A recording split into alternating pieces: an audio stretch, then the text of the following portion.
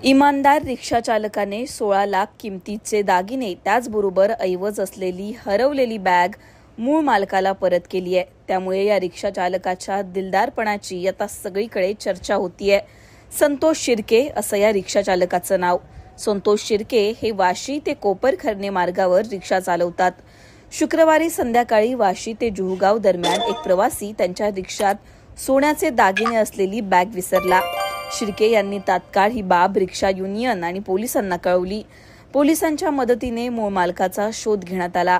मूळ मालक संतोष मोतलिंग हे जुहूगाव येथील रहिवासी असून त्यांनी घडलेल्या घटनेवर नेमकं काय म्हटलं तेही पहा। नमस्कार, मी संतोष मोतलिंग, राहणार जुहूगाव। मी माझ्या आईसोबत वाशी स्टेशनवरून मी रिक्षा पकडली।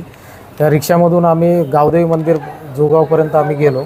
तिथं उतरल्यानंतर 2 पिशव्या होत्या। एक पिशवी घेऊन आम्ही खाली उतरलो आणि एक पिशवी जी होती आईची ती चुकून म्हणजे तिच्या लक्षात न आलं माझ्यानं आम्ही उतरून रिक्षातून निघून उतरून गेलो। आम्ही 15-20 मिनिटानंतर लक्षात आल्यानंतर की आपली बॅग दिसत नाही आहे। आम्ही थोडासा गोंधळ केल्यानंतर माझे सहकारी आहेत शैलेश पांजगे यांना सांगितल्यानंतर त्यांनी वाशी स्टेशनला जी युनियन आहे एकता रिक्षा युनियन त्यांना फोन केल्यानंतर त्यांच्या सभासदांना आणि अध्यक्षांच्या याच्यामध्ये त्यांनी ताबडतोब लगेच सांगितलं की असं काहीतरी त्यांना मिळालेलं आहे, तर तुम्ही या म्हणून।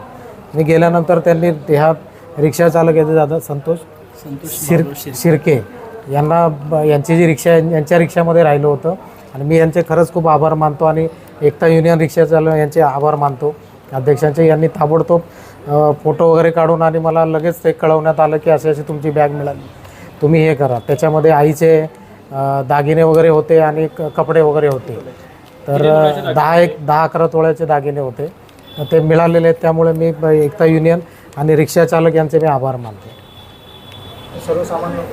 सर्व सामान गाडीमध्ये अवेलेबल आहे।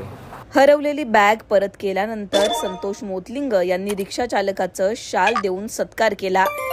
रिक्षा चालकाचं त्यामुळे आता सर्व स्तरातून कौतुक होत आहे। तुम्हाला यावर काय वाटतं कमेंटमध्ये कळवा। लोकमतला सबस्क्राईब केलं नसेल तर सबस्क्राईब करायला विसरू नका।